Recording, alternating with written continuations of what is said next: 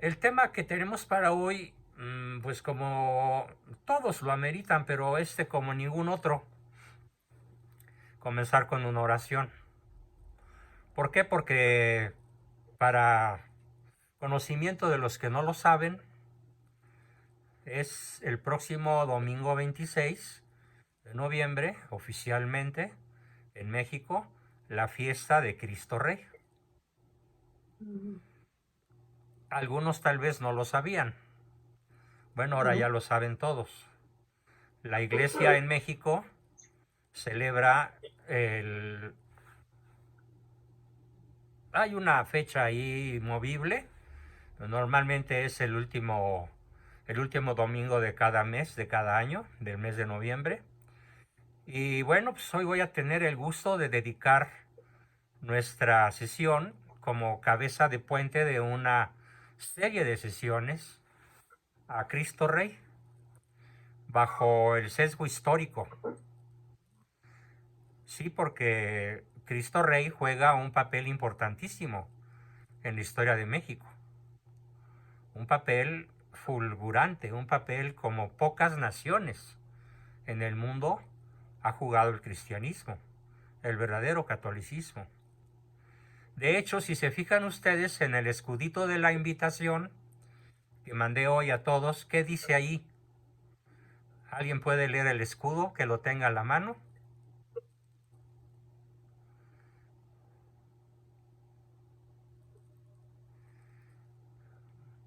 ¿No? Bueno, pues entonces se los leo yo.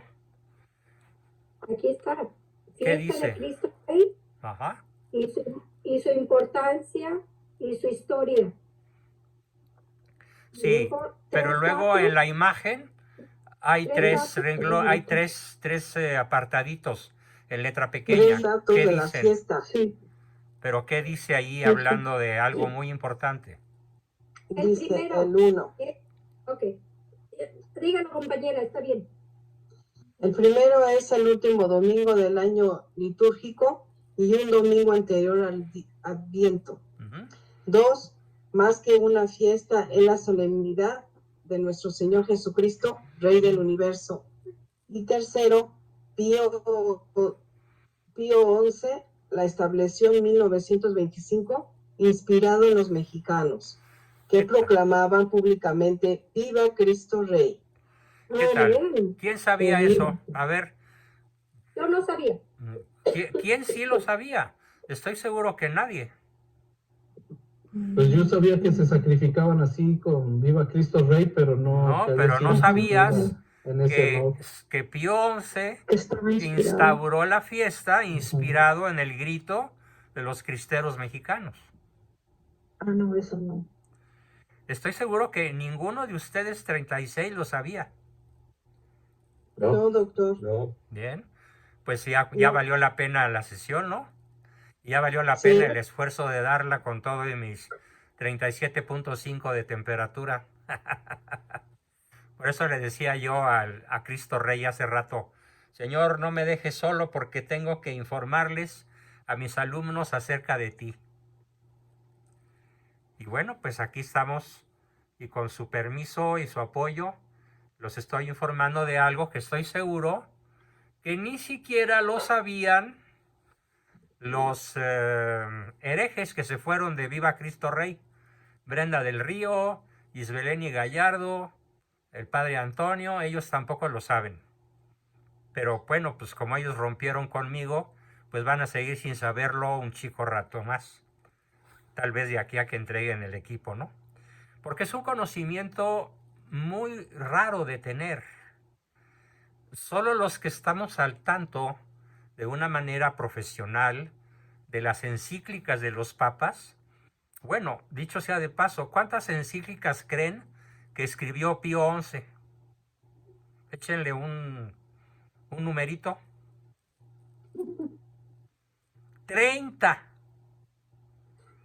Es el papa más prolífico de la historia en escribir encíclicas. Y todas de una genialidad, de una certidumbre de una capacidad de defensa de nuestra fe verdaderamente extraordinaria. Entonces a mí me conmueve mucho el corazón poderles presentar a un par de días de distancia de que nuestra Iglesia Católica en México celebre esta fiesta formidable, pues los hechos históricos, tanto en México como en el mundo, que antecedieron a esta festividad solemne de Cristo Rey del Universo. Es el nombre oficial de la fiesta. Solemnidad de Cristo Rey del Universo. Así se llama nuestra fiesta del domingo próximo.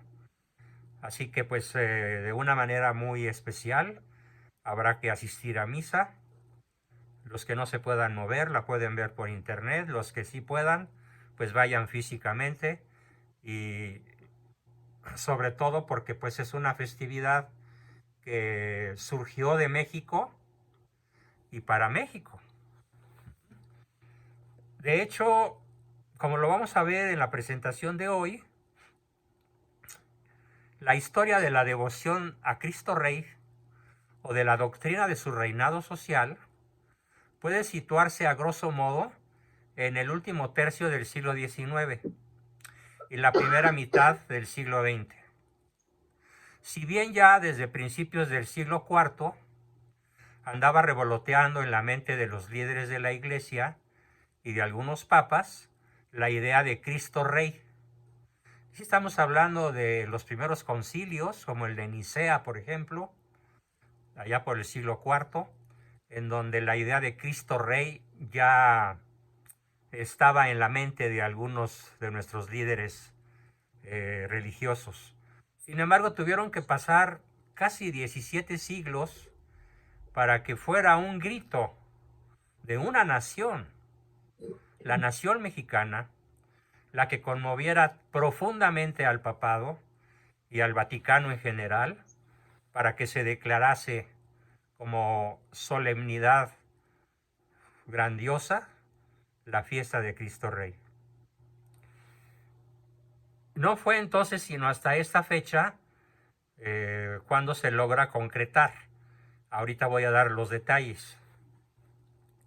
A lo largo de 17 siglos, la idea fue difundiéndose en el mundo católico. La urgencia de proclamar y realizar efectivamente la soberanía de Cristo. Soberanía de Cristo. En todos los ámbitos, social, político, cultural, de la vida humana, de la familia, como respuesta a la progresiva descristianización que se percibía en amplios sectores de la sociedad occidental. Muy unida al Sagrado Corazón desde el principio, la idea de la realeza de Cristo se extendió como devoción y también como tarea. Se quería implantar su reinado social y con ese propósito se fundaron nuevas congregaciones religiosas, movimientos de apostolado laical, cofradías, publicaciones, y se llevaron a cabo otras muchísimas iniciativas.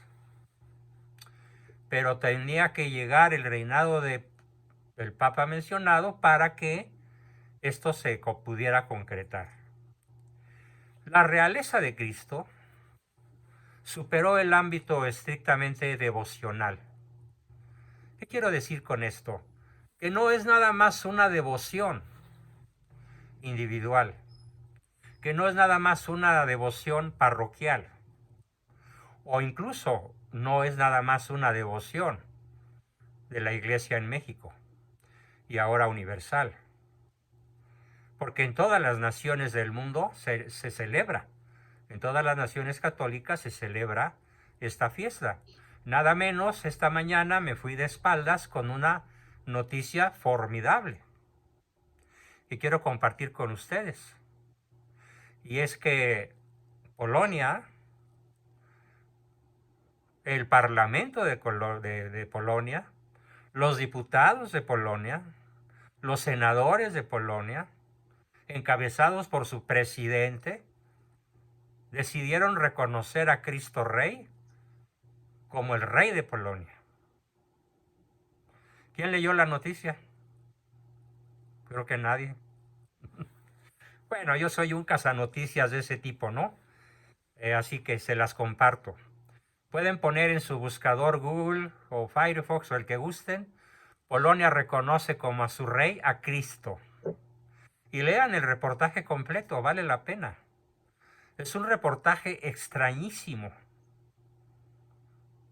fuera de tono, en este siglo de la apostasía que estamos viviendo, en este siglo de la división cada vez más acentuada dentro de la iglesia.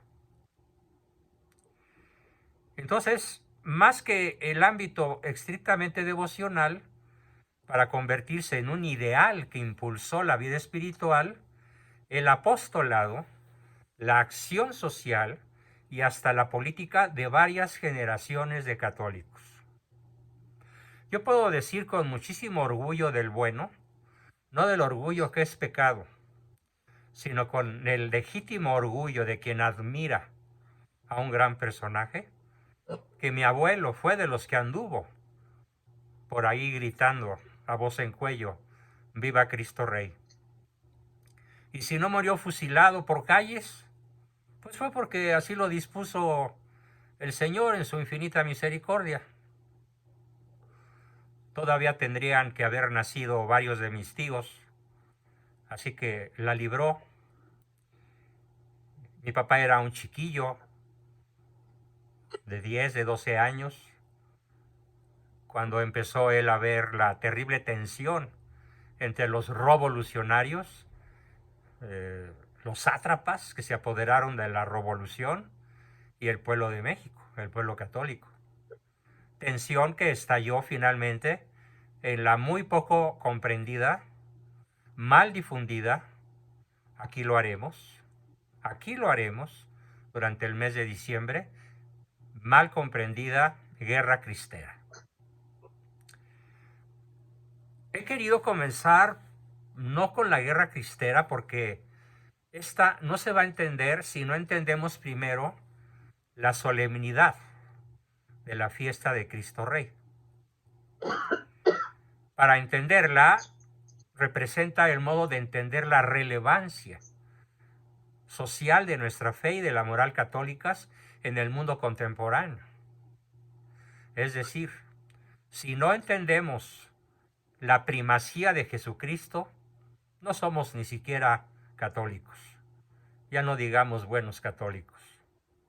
Hay que entender la primacía, la soberanía de Cristo en nuestros hogares, al tomar decisiones políticas, al tomar decisiones económicas, al tomar decisiones empresariales.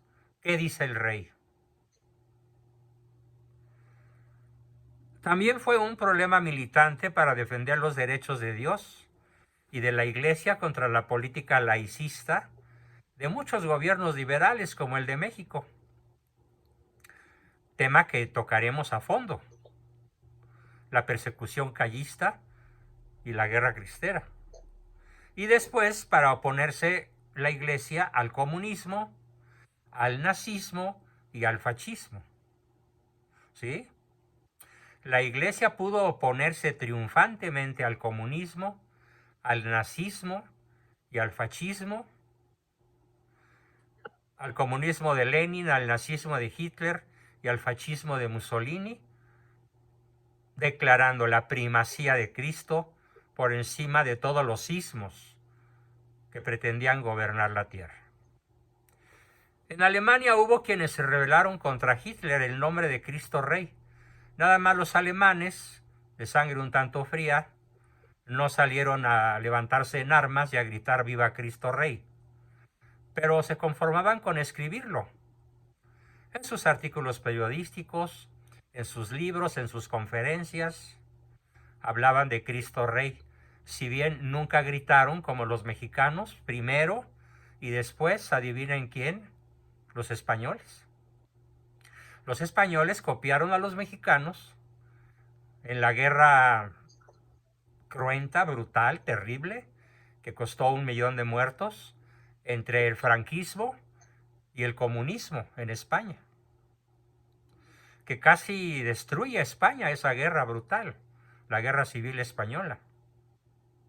Y los mártires españoles copiaron a los mártires mexicanos que una década atrás, u 8 o 5 años atrás, habían recorrido las campiñas mexicanas gritando "Viva Cristo Rey".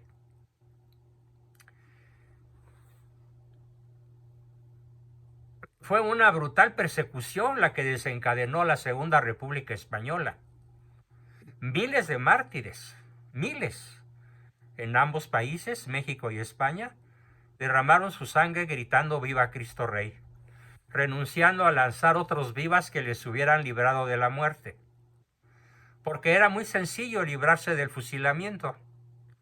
Los soldados decían a los cristeros que pescaban vivos para fusilarlos: nada más grita "Viva Calles", nada más grita "Viva la Revolución", nada más grita "Viva el Estado laico", nada más grita "Muera la Iglesia Católica", o peor, "Muera Cristo Rey".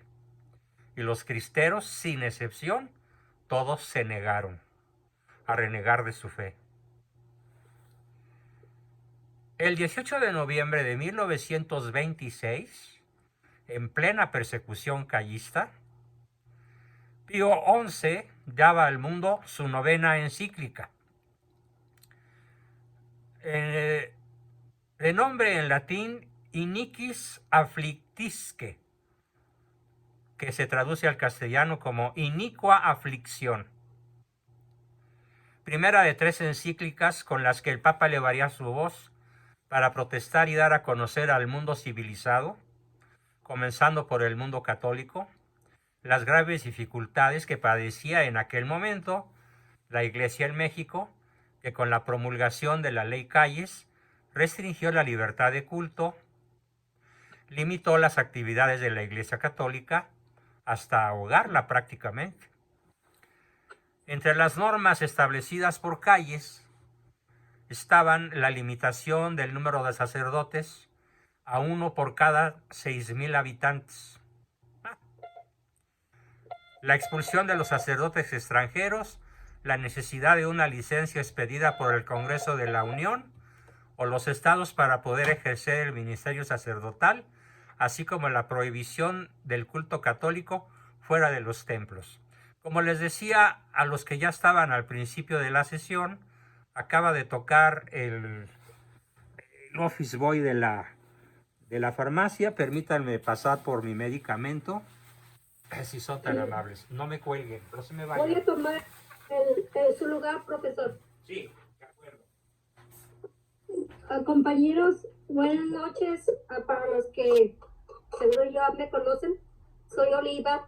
Está haciendo una invitación, más que nada, de que podamos aportar $100 cada uno para ayuda de la operación del profesor. Entonces, con $100 que cada uno de nosotros pudiéramos aportar, más aparte la colegiatura que damos, eso le daría al profesor pues un buen margen para su recuperación. Es una propuesta. Si alguien definitivamente no puede, pues puede decir, bueno, en este momento solamente cuento con esto. Tenemos un tiempo límite para poder conseguir una oferta que se le ha dado al profesor. Sería como de $48,000 pesos de la operación, más contando con la recuperación y todo eso, ¿no? Entonces, con ese dinero que pudiéramos lograr juntar, sería muy bueno. Y lo más importante, compañeros, yo creo que no tengo que convencerlos, porque ya estamos convencidos de que es una inversión para toda la vida. Y como luego dicen por ahí un refrán, no hay alguien que sea tan pobre que no pueda aportar nada. Pero oraciones, su contribución va a ser muy valiosa. permito que el profesor continúe y al final, por favor, me dejan saber su decisión. Muchas gracias. Gracias, Oliva, muchísimas gracias. Gracias, Bueno, entonces en esta encíclica de Iniquis Afflictisque o Inicua Aflicción, el Papa escribe lo siguiente. Vale la pena pues prestar oreja larga y oído agudo a lo que nos dijo el Papa en ese año 1926. Lo leo textualmente. Dice, movidos por la conciencia de nuestro deber apostólico, seremos nosotros quienes gritaremos para que desde este Padre común todo el mundo católico escuche, por una parte, cómo ha sido la desenfrenada tiranía de los enemigos de la Iglesia y por otra, la heroica virtud y perseverancia de los señores obispos, de los sacerdotes, de las familias religiosas y de los laicos. Denuncio lo que considero una persecución mortal y continúo citándolo. Abro comillas. Ni siquiera en los primeros tiempos de la Iglesia, ni en los tiempos sucesivos, los cristianos fueron tratados de un modo más cruel. Ni sucedió nunca en lugar alguno que, conculcando y violando los derechos de Dios y de la Iglesia, un restringido número de hombres, sin ningún respeto por su propio honor, sin ningún sentimiento de piedad hacia sus propios conciudadanos, sofocara de manera absoluta la libertad de la mayoría con argucias tan premeditadas, añadiéndole una apariencia de legislación para disfrazar la arbitrariedad. Este mensaje del Santo Padre aceleraría la guerra cristera, que le costaría luego a los gobiernos de Calles y de Portes Gil y al pueblo mexicano 3 años más de conflictos armados, en donde, como lo veremos en las sesiones correspondientes, que más adelante, muy pronto, ya en este ciclo que hoy comienza, tendremos acerca de la guerra cristera, veremos que los cristeros hubieran podido ganar la guerra. ¿Por qué? Bueno, la voy a hacer un poquito de emoción y hoy no se los voy a explicar. Pero los cristeros estuvieron a punto de ganar la guerra. ¿Por qué no la ganaron? Bueno, es compleja la respuesta, pero valdrá la pena analizarla en su momento. Se ha llamado a Cristo Rey una devoción política, sigue el Papa, porque aspiraba a configurar cristianamente a la sociedad, en contra de quienes defendían la irrelevancia social de la fe o incluso proponían eliminar toda religión. En rigor, habría que hablar de varias devociones a Cristo Rey en el mismo periodo. La más conocida, de la que trataremos en esta sesión, es la que acabo de mencionar, pero no fue la única. Existieron otras que interpretaron el reinado de Cristo en el sentido interior y espiritual. Pero a la que me refiero no cubre únicamente el mundo interior y el mundo espiritual. No. En esta sesión quiero dejar bien claro para todos, y ayúdenme a difundirlo, que Cristo Rey es Rey en todos los ámbitos de la vida humana, sin excepción.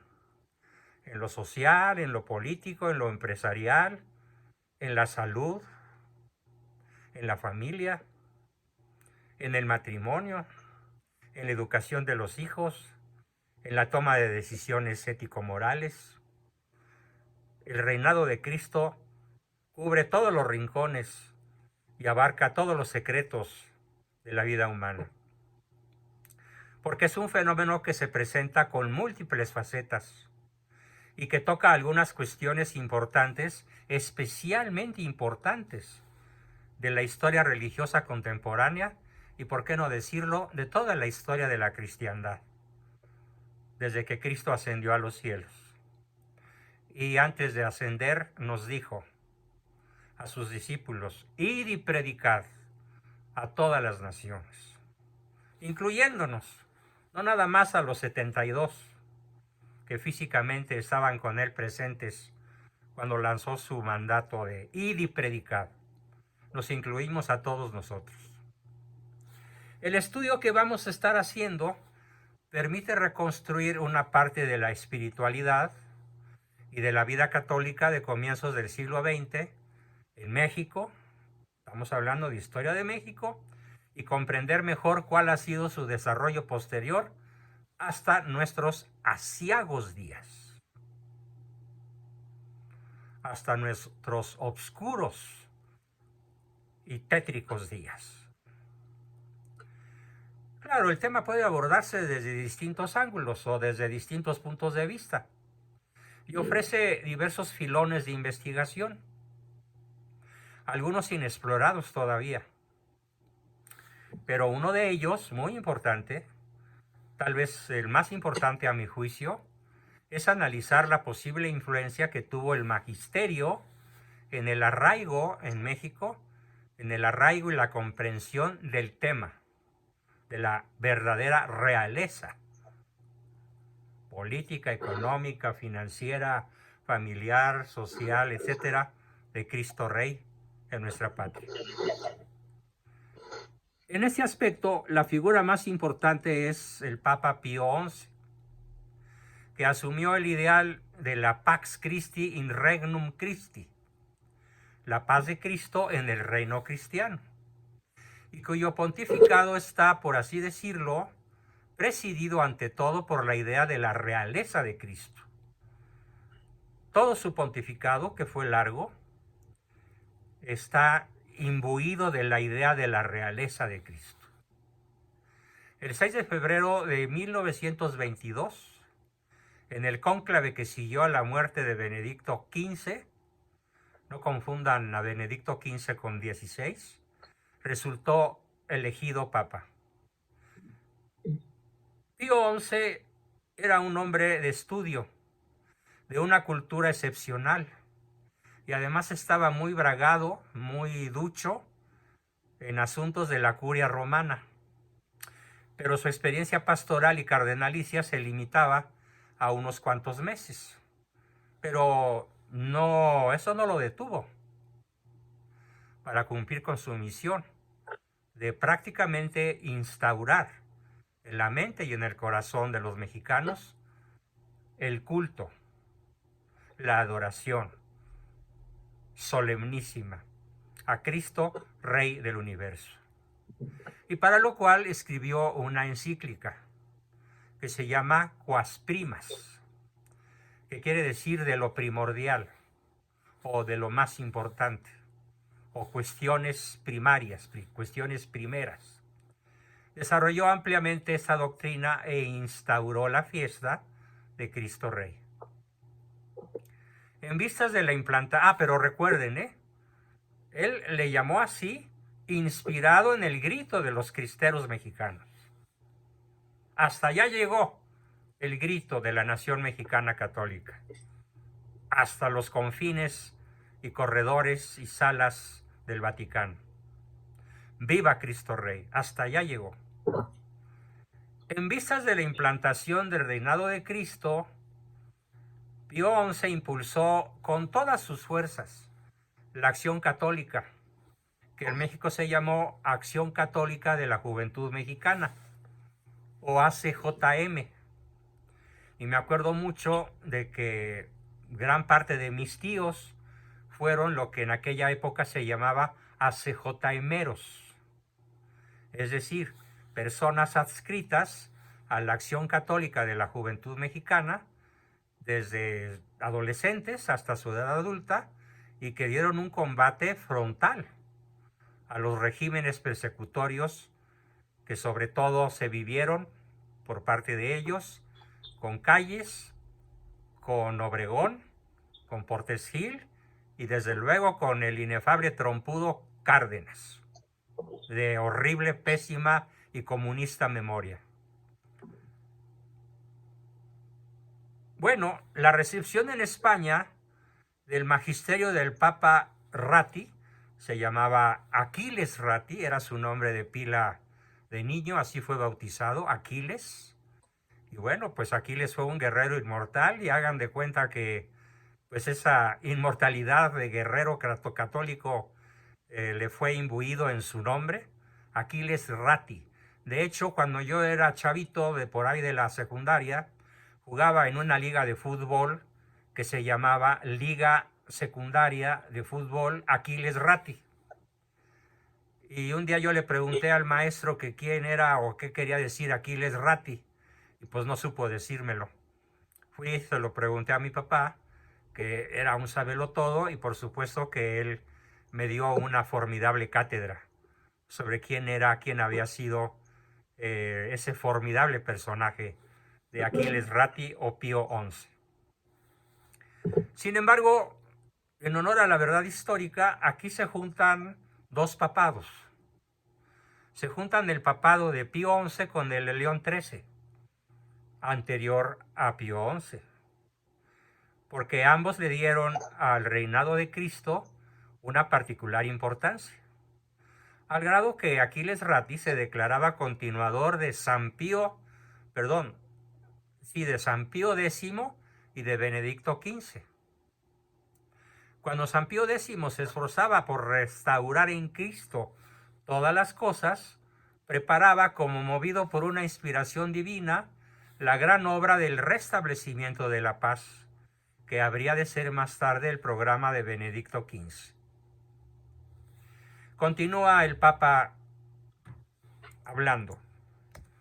Nos dice, nos, así hablan los papas, nos o nosotros, prosiguiendo la doble finalidad de nuestros dos predecesores, concentraremos todos nuestros esfuerzos en realizar la paz de Cristo en el reinado de Cristo.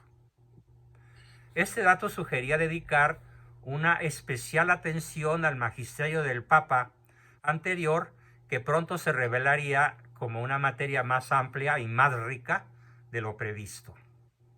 Además, convenía ofrecer una visión de conjunto del tema de la realeza, reconstruyendo su evolución histórica y aludiendo a León XIII, al magisterio de León XIII.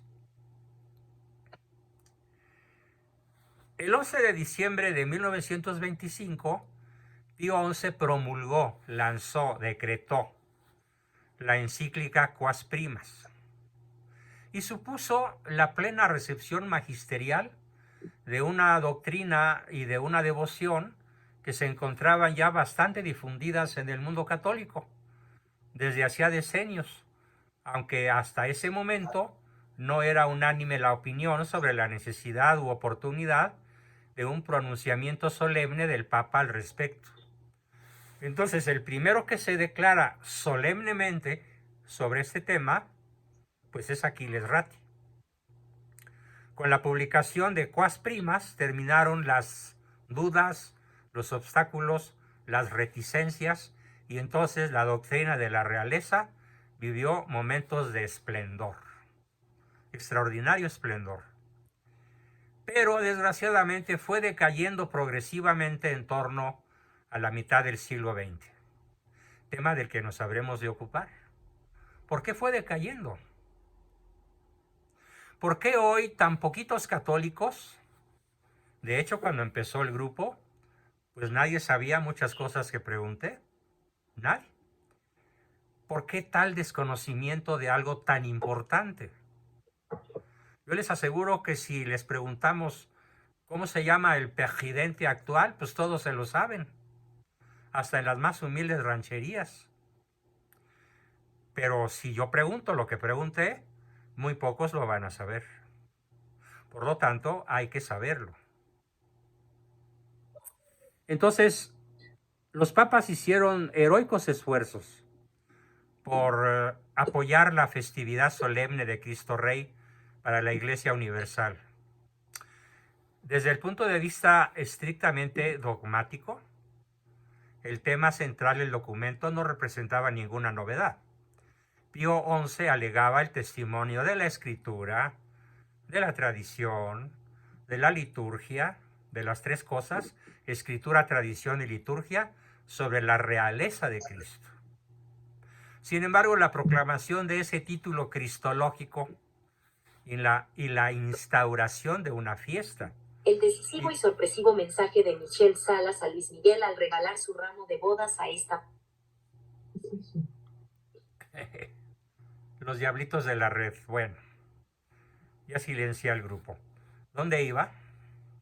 La proclamación de ese título cristológico y la instauración de una fiesta y de un culto específicos significaron dar un paso de enorme relevancia. ¿Qué es lo que quiero dejar muy claro a partir de esta sesión? Que Cristo sea nuestro Rey,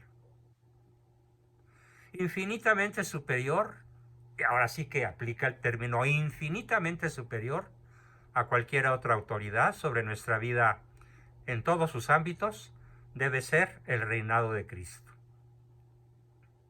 Claro, debemos advertir que se trata de un escenario muy complejo, muy complicado, no lo tenemos nada sencillo, en el que confluyen múltiples factores devocionales, doctrinales, espirituales, culturales, sociales y hasta políticos.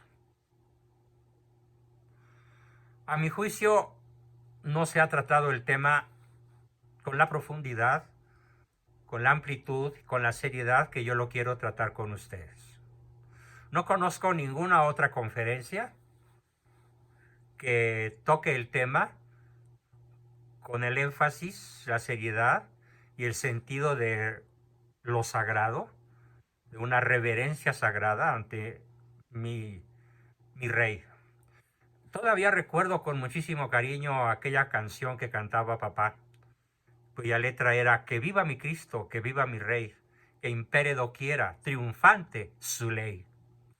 La cantaba con una voz no muy afinada, pero estentórea, y nos conmovía a todos hasta las lágrimas.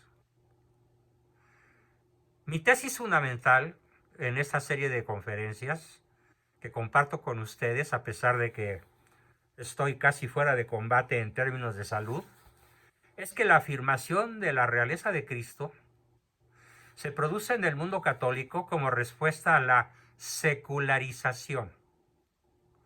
¿Qué quiere decir secularización? Es un movimiento masónico, sí, masónico, que aspira a instaurar un orden teocrático en la sociedad, siguiendo el modelo medieval de la sociedad cristiana, pero sin considerar la realeza de Cristo. Y en el proceso de secularización, ¿en qué consiste el proceso de secularización opuesto al orden teocrático e hierocrático de la sociedad, siguiendo el modelo medieval de la society cristiana?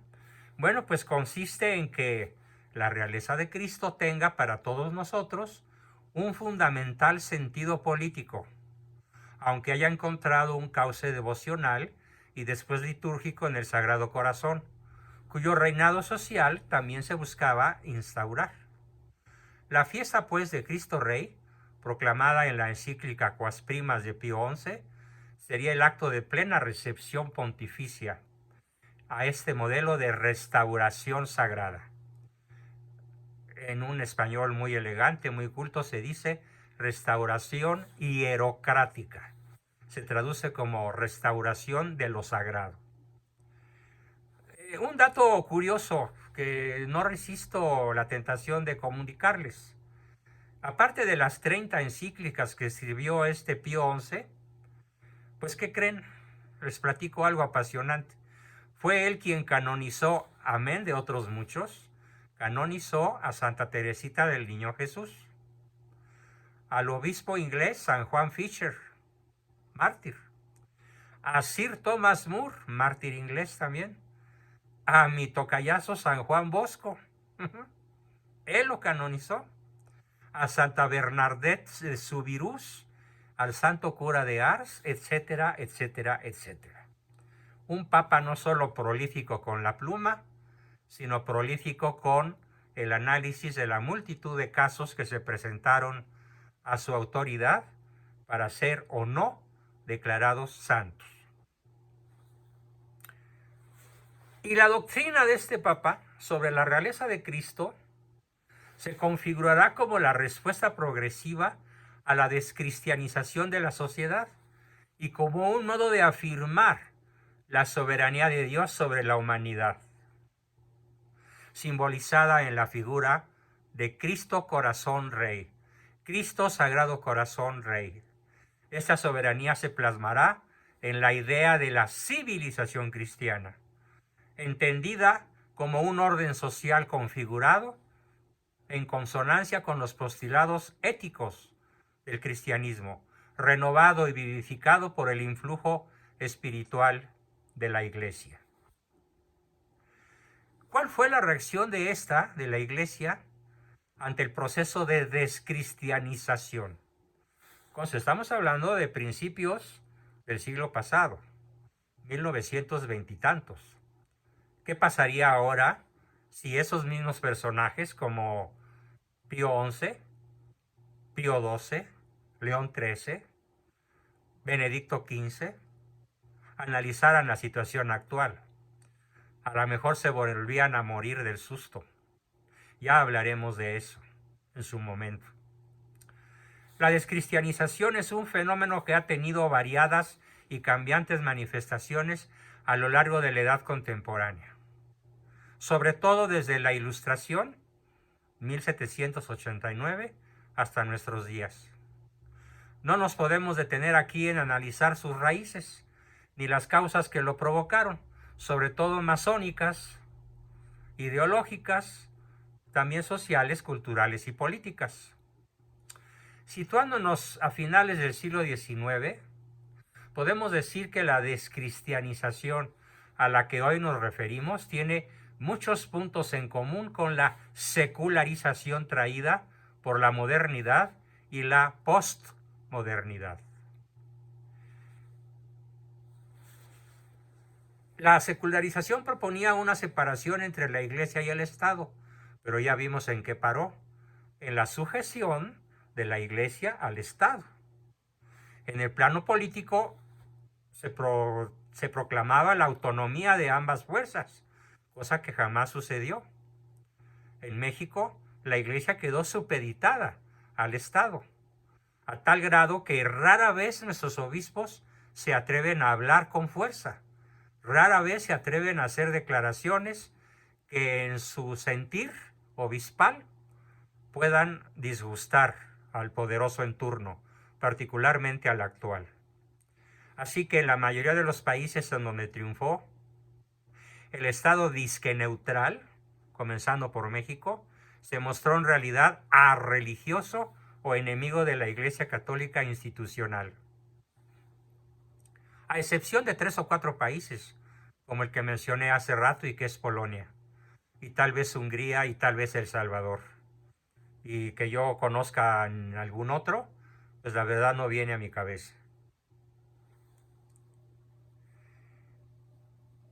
Para los papas, como para muchos católicos, detrás de esa conjunción de fenómenos se esconde un designio único: combatir por todos los medios a Dios y a la Iglesia, para arrancar a Cristo de la vida de los individuos y de la sociedad.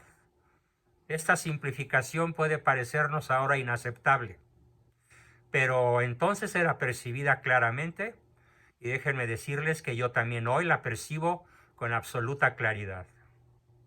El magisterio pontificio de la época de hace 100 años nos lo enseñará de manera constante. Hoy no. ¿Qué quisiéramos hoy tener la claridad de las expresiones de aquellos papas formidables? León XIII, Benedicto XV, Pío XI y está el mismísimo Pío XII, y no se diga el Papa Ratzinger. Es triste, pero es real. Describe Pío IX ya desde 1846. Fíjense, antes de todo este merequetengue espantoso, Desde 1846 denunciaba el episodio traumático y fuertemente simbólico de la toma de Roma por las tropas piamontesas. Piamonte, una región de Italia que se apoderó de toda Italia y del Vaticano y puso fin al poder temporal de los papas.